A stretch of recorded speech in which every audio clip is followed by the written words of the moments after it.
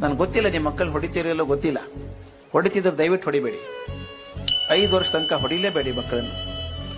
ಯಾಕೆ ಹೊಡಿಬಾರ್ದು ಅಂತ ಒಬ್ರು ಕೇಳಿದ್ರು ನನಗೆ. ನಾನು ಮೇಷ್ಟ್ರು ಹೇಳ್ತೀನಿ ಹೊಡಿಬೇಡಿ ಅಂತ. ಒಬ್ರು ಮುದುಕರು ಕೇಳಿಬಿಟ್ರು ನನ್ನ. ಅಲ್ಲ ಸರ್, ಹೊಡಿಲಾರ್ದೆ ಕಲ್ಸೋದು ಹೆಂಗ್ ಸರ್? ನಾನು ನಿಮ್ಗೆ ಹೊಡಿಬೇಕೋ ಕಲಿಸ್ಬೇಕೋ? ಕಲಿಸೋದು ಮುಖ್ಯ ತಾನೆ. ಒಂದು ಉದಾಹರಣೆ ಕೊಡ್ತೀನಿ. ಕುದುರೆ ಬಂಡಿಯಲ್ಲಿ ಹೋಗ್ತಾ ಇದ್ದೀರಿ ಅಂತ ಇಟ್ಕೊಳ್ಳಿ. ಕುದುರೆ ಬಂಡಿಯಲ್ಲಿ ಹೋಗ್ತೀರಿ. ಕುದುರೆ ಬಂಡಿಯೊಳಗೆ 2 ಭಾಗ ಇದೆ, ಒಂದು ಬಂಡಿ ಒಂದು ಕುದುರೆ. ಬೇಗ ಬೇಗ ಹೋಗ್ಬೇಕಂದ್ರೆ ಯಾರಿಗೆ ಹೊಡಿತೀರಿ ನೀವು?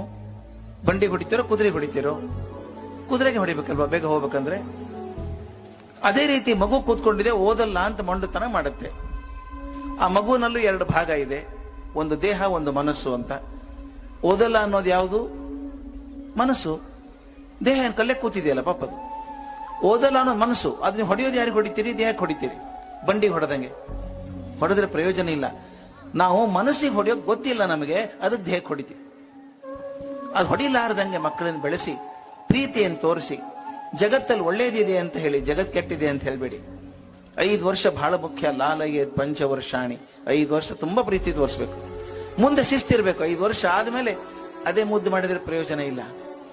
5 ರಿಂದ 16 ವರ್ಷದವರೆಗೂ ಈ ಕುಂಬಾರ ಮಡಿಕೆ ಮಾಡ್ಬೇಕಾದ್ರೆ ಆ ತಿಗರಿ ಮೇಲೆ ಮಣ್ಣಿಟ್ಟು ಹಿಂಗ್ ಹೊಡಿತಾ ಇರ್ತಾನೆ. ಹಿಂಗೆ ನಿಮ್ ಬರೀ ಹೊರಗಿನ ಕೈ ಕಾಣಿಸ್ತಾ ಇರುತ್ತೆ, ಆದ್ರೆ ಅವನು ಅದೇ ಕಾಲಕ್ಕೆ ಒಳಗಡೆ ಅದೇ ಜಾಗದಲ್ಲಿ ಕೈ ಇಟ್ಟಿರ್ತಾನೆ. ಒಳಗಿನ ಕೈ ಇಡದೆ ಹೋದ್ರೆ ತಟ್ಟಿದ್ರೆ ಮುರಿದು ಹೋಗುತ್ತೆ, ಬರೀ ಒಳಗಿನ ಕೈ ಇಟ್ಟರೆ ಆಕಾರ ತಪ್ಪು ಹೋಗುತ್ತೆ. ಒಳಗಿನ ಕೈ ಪ್ರೀತಿ, ಮ್ಯಾಲಿನ ಶಿಸ್ತು. ಮುಂದ್ 10 ವರ್ಷ ಅದೇ ರೀತಿ ಶಿಸ್ತಿಂದ ಬೆಳೆಸಿ 16 ವರ್ಷ ಆದ್ಮೇಲೆ ಮಗುನ ಸ್ನೇಹಿತರಂಗ್ ನೋಡ್ಕೊಳ್ಳಿ. ತುಂಬಾ ಚೆನ್ನಾಗಿ ಬರ್ತಾರೆ ಮಕ್ಕಳು. ಈ ನಾ ಶಿಕ್ಷಣ ಅಂತ ಹೇಳಿದ್ನೆಲ್ಲ ನಾವು ಕೊಡಬೇಕಾದದ್ದು 3 ಮುಖ್ಯ ವಿಷಯ ಕೊಡಬೇಕಾದದ್ದು ಮಕ್ಕಳಿಗೆ. ಆ ಮಗು ತನ್ನಲ್ಲಿ ಆತ್ಮವಿಶ್ವಾಸ ಬರಬೇಕು. I can do it, I can do it. ಇದಾಗದೆ ಹೋದ್ರೆ ನಷ್ಟ ಇಲ್ಲ. ನಾವು ತುಂಬಾ ಪ್ರೆಷರ್ ಹಾಕಿದಾಗ ಮಕ್ಕಳಿಗೆ ಎಷ್ಟರ ಮಟ್ಟಿಗೆ ಹೆದರಿಕೆ ಆಗತ್ತೆ ಅಂದ್ರೆ ಟೆನ್ಷನ್. ಈಗ grade 6, 7, 8 children are going through depression. ವಿಚಿತ್ರ ಕೇಸ್ ಸ್ಟಡಿ ಅದನ್ವಾ ನಿಮ್ಯಾನ್ಸ್ ಸ್ಟಡಿ ಮಾಡಿದ್ರೆ 6, 7, 8ನೇ ಕ್ಲಾಸಿನ ಮಕ್ಕಳಿಗೆ ಖಿನ್ನತೆ ಆಗ್ತಾ ಇದೆ. ಕಾರಣ ಇದೆಯಾ? ಅಷ್ಟು ಪ್ರೆಷರ್ ಹಾಕಬೇಡಿ.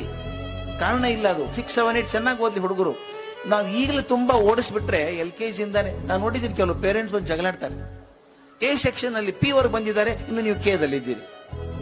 ಏನ್ ನೊಬೆಲ್ ಪ್ರೈಸ್ ಬರ್ತದ ಕೆ ಹೋದ್ರೆ? ಏನೂ ಇಲ್ಲ, ಕಲೀಲಿ. ಇರೋದೇ 26 ಅಕ್ಷರ ಕಲಿತಾರವ್ರು.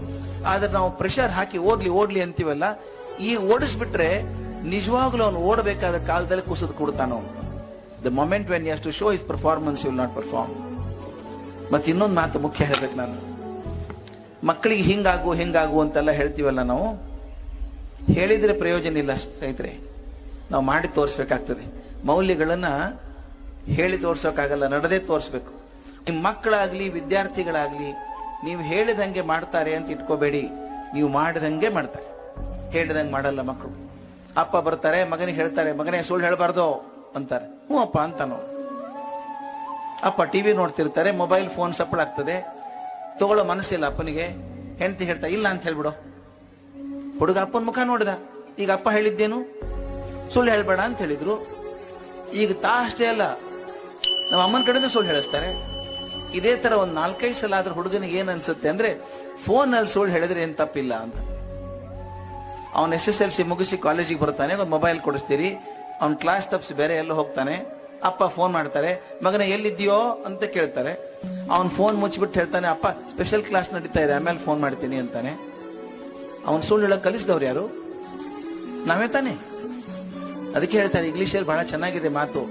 Don't ask your son to go on moon, you go first and invite him. If you want your children to be honest, we have to be honest. If your children have to be truthful, you should be truthful. ಆಗೋದಿಲ್ಲ. If you want to produce a good child, a good leader tomorrow, I have no option but to behave well. ನಾನೇ ಸರಿ ಮಾಡ್ಕೋಬೇಕು. ಆಗ ಮನೆಯಲ್ಲಿ ಸಂಸ್ಕೃತಿ ಬರ್ತದೆ, ಇಲ್ಲಿ ಶಿಕ್ಷಣ ಆಗ್ತದೆ, ಎರಡೂ ಸೇರಿದಾಗ ಆಗ್ತದೆ.